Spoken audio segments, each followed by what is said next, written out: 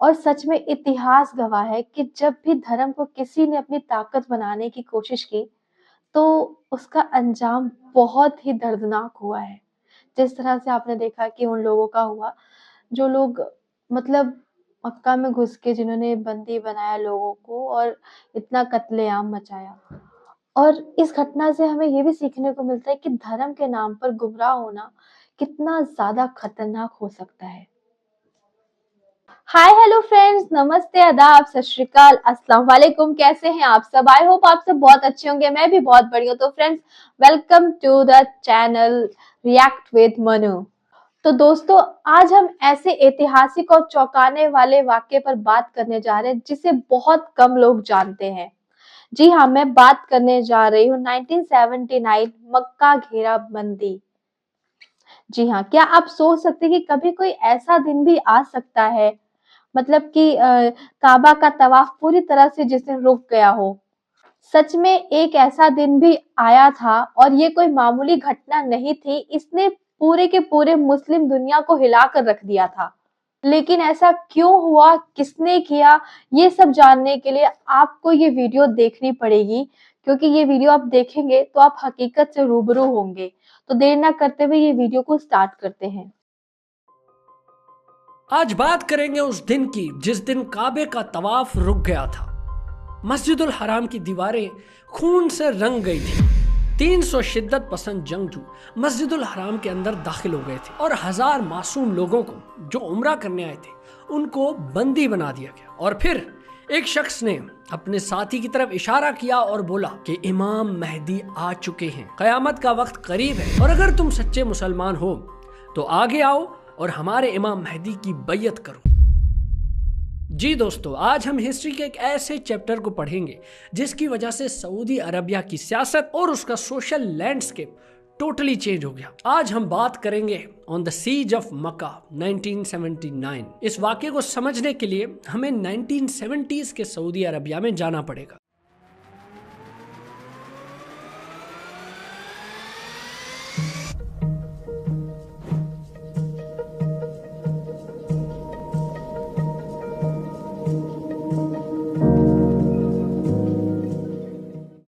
ये decade Saudi Arabia के लिए सबसे अहम साबित होने वाला था। किंग खालिद के दौर में सऊदी अरबिया में एक वेव आई थी। वेव थी मॉडर्नाइजेशन की। 1970s का ऑयल बूम चल रहा था। तेल की कीमतें पूरी दुनिया में स्काई रॉकेट कर चुकी थी और उस महंगे तेल से आने वाला पैसा सऊदी अरबिया का नक्शा बदल रहा था। मॉडर्न इंफ्रास्ट्रक्चर बन रहा था, स्कूल्स बन रहे थे, रोड्स बन रहे थे। लेकिन ये सारी होती हुई तरक्की से एक तबका बिल्कुल खुश नहीं था और वो था मजहबी तबका। उनका मानना ये था कि जो सऊदीया में मॉडर्नाइजेशन आ रही है, इस वजह से हमारा मुल्क इस्लाम से बहुत दूर जा रहा है। इसलिए किंग खालिद के खिलाफ बहुत सारी आवाजें खड़ी हुई और उन सारी आवाजों में से सबसे ऊंची आवाज थी एक शख्स की, जुहेमान अल उतैबी। जुहेमान एक वक्त पे सऊदी नेशनल गार्ड का मेंबर भी हुआ करता था। जी, सऊदी नेशनल गार्ड, जिसका सोल पर्पस ही यही है कि सऊदीया की रॉयल फैमिलीज को प्रोटेक्शन देनी है। बादशाह की हिफाजत सऊदी नेशनल गार्ड की जिम्मेदारी है। लेकिन अब जुहेमान सऊदी अरबिया की बादशाहत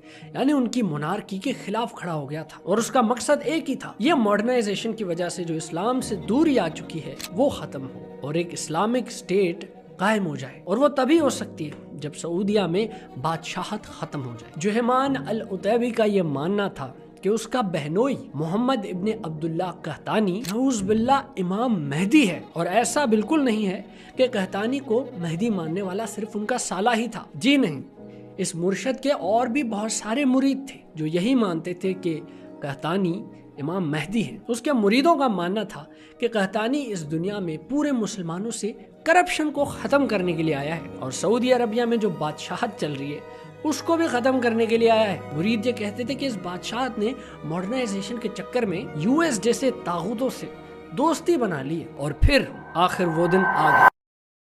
20 नवंबर 1979, the capture of the grand mask. फजर का वक्त हो रहा था, नमाजी नमाज पढ़ रहे थे, बहुत सारे लोग अपने रब से दुआ मांग रहे थे कि इस सब के दौरान तकरीबन 200 से 300 छुपे हुए दहशतगर्द अपने प्लान को सरंजाम दे रहे थे। जनाजों के ताबूतों में اور فوڈ سپلائیز کے اندر وہ لوگ بھاری بھرکم ہتھیار سمگل کر رہے تھے۔ جیسے ہی سارا ویپن اور ملیٹنٹس مسجد میں داخل ہو گئے، انہوں نے ساری گیٹس کلوز کر دی، باہر جانے کا راستہ بند کر دیا، مسجد کے میناروں پر بھی سنائپرز کو تعینات کر دیا تاکہ وہ پورے ایریا کو کور کر سکیں۔ اور پھر جوہیمان اور اس کے ساتھیوں نے مسجد کے مائکرو فون کا بھی کنٹرول لے لیا اور اعلان یہ کیا کہ قیامت کا وقت قریب ہے اور محمد ابن عبداللہ القحطانی امام مہدی ہیں۔ وہ سب مسلمانوں کو گمراہی سے باہر نکالنے کے لیے آئے ہیں، سعودیہ سے اس بادشاہت کو ختم کرنے آئے ہیں اور خلافت قائم کرنے کے لیے آئے ہیں۔ تو اگر تم سب سچے مسلمان ہو تو آؤ اور امام مہدی کی بیعت کرو۔ ہاسٹیج بنائے ہوئے لوگوں کو ایک وارننگ دی گئی تھی کہ اگر کسی نے بھی بھاگنے کی کوشش کی تو وہ مارا جائے گا۔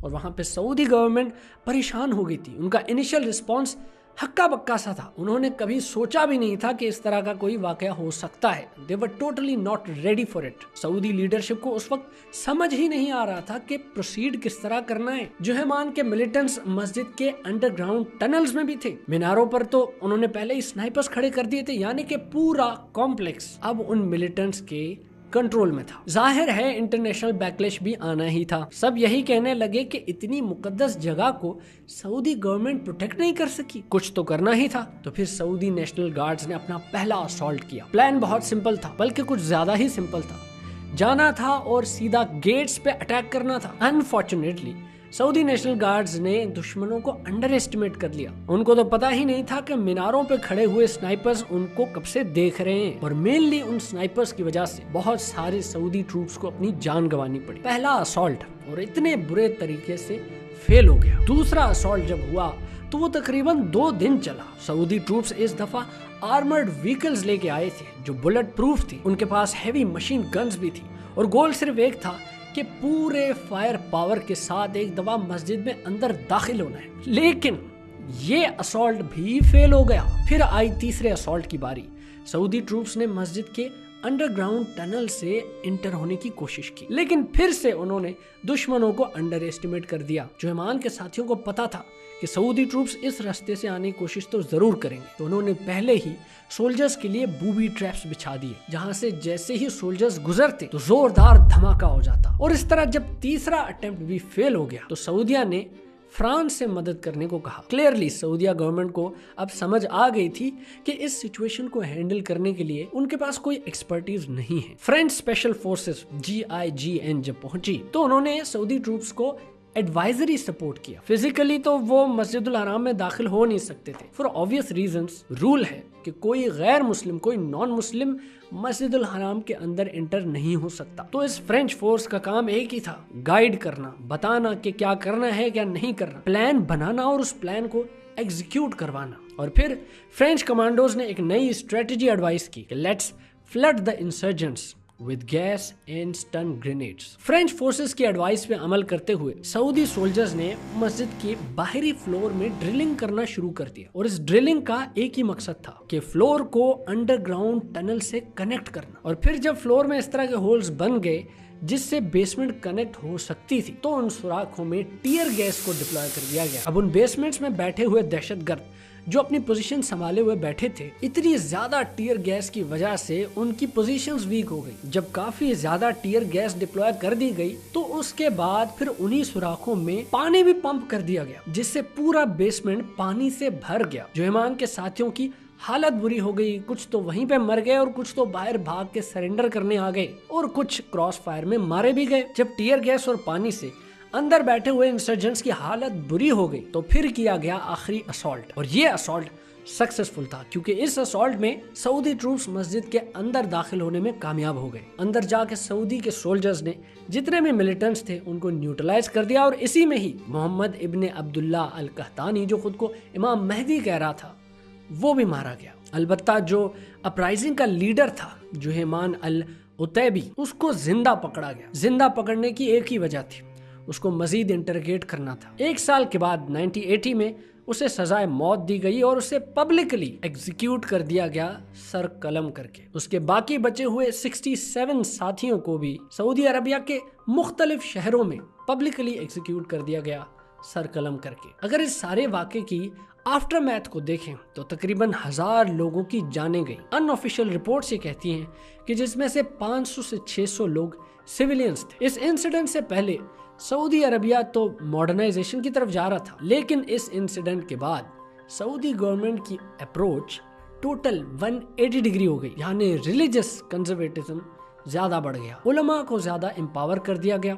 और एक मॉरल पुलिस मुतव्वा भी बनाई गई। उस मॉरल पुलिस का काम यही था कि उन्होंने मेक श्योर करना है कि इस्लामिक रूल्स तरीके से फॉलो किए जा रहे हो। म्यूजिक को कम्प्लीटली बैन कर दिया गया, लड़कियों के लिए अबाए को मैंडेटरी कर दिया गया, पब्लिक स्पेसेस में मर्दों और औरतों की सेपरेशन का सिस्टम भी किया गया। गवर्नमेंट ने मदरसों की फंडिंग भी बढ़ा दी, ज्यादा मदरसे बनाने भी शुरू कर दिए। गोल यही था कि दोबारा कहीं अल्लाह ना करे ऐसा फिर से कोई डिसेंट पैदा हो जाए जो बोले कि सऊदी इस्लाम से बहुत दूर जा चुका है। अब इस वाक़े के बाद यूएस और सऊदी की जो एक अलायंस थी वो शेक हो गई थी। जो आपस में रिश्ते थे जो बेहतर हो रहे थे वो अब खराब होने लगे थे। एक एंटी वेस्टर्न सेंटिमेंट लोगों में बढ़ने लगा। सब यूएस को ब्लेम करने लगे कि इनके साथ जब हमने दोस्ती बढ़ाई तो हमारे साथ अच्छा नहीं हुआ। ये जो तागूत है ना, ये सब इन्हीं की वजह से हुआ है। बल्कि एंटी वेस्टर्न सेंटिमेंट इस हद तक बढ़ने लगा कि मजीद एक्सट्रीमिस्ट ग्रुप्स बनने लग गए। By the way, Osama bin Laden was also influenced by the siege of Mecca, और वो भी शदीद एंटी सऊदी मोनार्की था। इस सीज की वजह से सऊदी अरबिया में तकरीबन 40 साल मॉडर्नाइजेशन को रोक दिया गया। औरतों को ड्राइविंग की इजाजत भी नहीं थी और उनकी जो मोबिलिटी होती है, यहाँ से वहां जाना, उसको भी बड़ा रिस्ट्रिक्ट कर दिया गया था। किसी भी तरह के पब्लिक इवेंट्स, स्पेशली जो एंटरटेनमेंट से रिलेटेड हो, उनको तो कम्प्लीटली बैन कर दिया गया था। पूरा मुल्क एक स्ट्रॉन्ग रिलीजियस इन्फोर्समेंट के पीरियड में जा चुका था 2016 तक। जी हम 2016 तक, क्योंकि 2016 में अब बारी थी द क्राउन प्रिंस मोहम्मद बिन सलमान की। उन्होंने तो सीधा कह दिया है कि मैं सऊदिया को नया यूरोप बनाने वाला हूँ, जहाँ टूरिज्म भी बहुत होगा और कल्चरल डाइवर्सिटी भी बहुत होगी।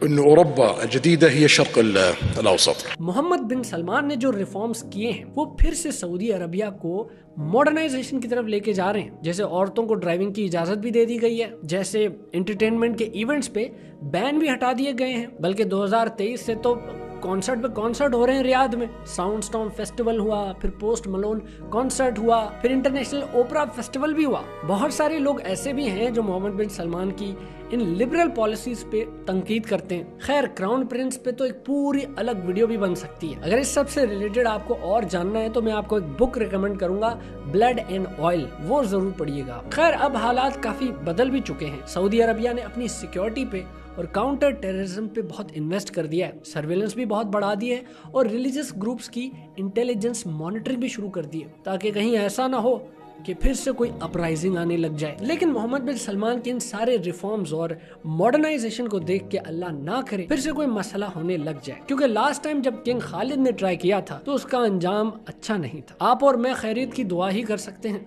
इस सारे इवेंट पे आपका क्या ओपिनियन है, मैं वो जानना जरूर चाहूंगा, तो नीचे कमेंट में अपना ओपिनियन मुझे जरूर बताना। बाकी अगर आपको ये वीडियो इन्फॉर्मेटिव लगी तो सब्सक्राइब का बटन ठोक दो यार। चलो जी, मैं चलता हूँ। अब आपसे होती है किसी और वीडियो में मुलाकात, किसी और बात पे करते हुए तबसरा।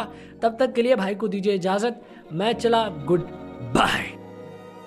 इस पूरी घटना को देखने और समझने के बाद दिल में कई तरह के सवाल उठते हैं कि मक्का जैसा जो एक खूबसूरत शहर जो हमेशा अमन और इबादत की जगह रही है, उस दिन खून खराबे और खून खराबे और दहशत का गवाह बना। मतलब थोड़ा सा देख के ही दिल सहम सा जाता है। और इस घटना से हमें ये भी सीखने को मिलता है कि धर्म के नाम पर गुमराह होना कितना ज्यादा खतरनाक हो सकता है। और सच में इतिहास गवाह है कि जब भी धर्म को किसी ने अपनी ताकत बनाने की कोशिश की तो उसका अंजाम बहुत ही दर्दनाक हुआ है। जिस तरह से आपने देखा कि उन लोगों का हुआ, जो लोग मतलब मक्का में घुस के जिन्होंने बंदी बनाया लोगों को और इतना कत्लेआम मचाया। तो ये बात तो थी 1979 की, लेकिन सोचिए दोस्तों, अगर आज के दौर में भी लोग इसी तरह गुमराह होने लगे तो क्या होगा। लेकिन बहुत सारे लोग गुमराह होते भी हैं। देखा जाए तो मतलब फैक्ट यही है कि बहुत सारे लोग ऐसी बातों में आते हैं और गुमराह होते भी हैं। बहुत सारे ऐसे लोग हैं, बहुत सारे ऐसे लोगों ने अपना एक अलग ही ग्रुप बना रखा है। और यही वजह है कि हमें अपने ईमान को और मजबूत करने की ज़रूरत है और सही इल्म हासिल करना चाहिए और फितना फैलाने वालों से बचना चाहिए। और जो सबसे इम्पोर्टेंट बात है, वो ये है कि अमन और भाईचारे को बढ़ावा देना चाहिए। मतलब एक-दूसरे से नफ़रत करके क्या ही मिलेगा? इससे अच्छा चैन, शांति और अमन से जीना चाहिए। इस्लाम हो या कोई भी मज़हब हो, हर धर्म इंसानियत की ही सीख देता है। दोस्तों, हमें एक-दूसरे के साथ मोहब्बत और इखलास से पेश आना चाहिए, ना कि एक-दूसरे के प्रति नफ़रत रखनी चाहिए और हिंसा फैलाना चाहिए, इतना वॉयलेंस करना चाहिए।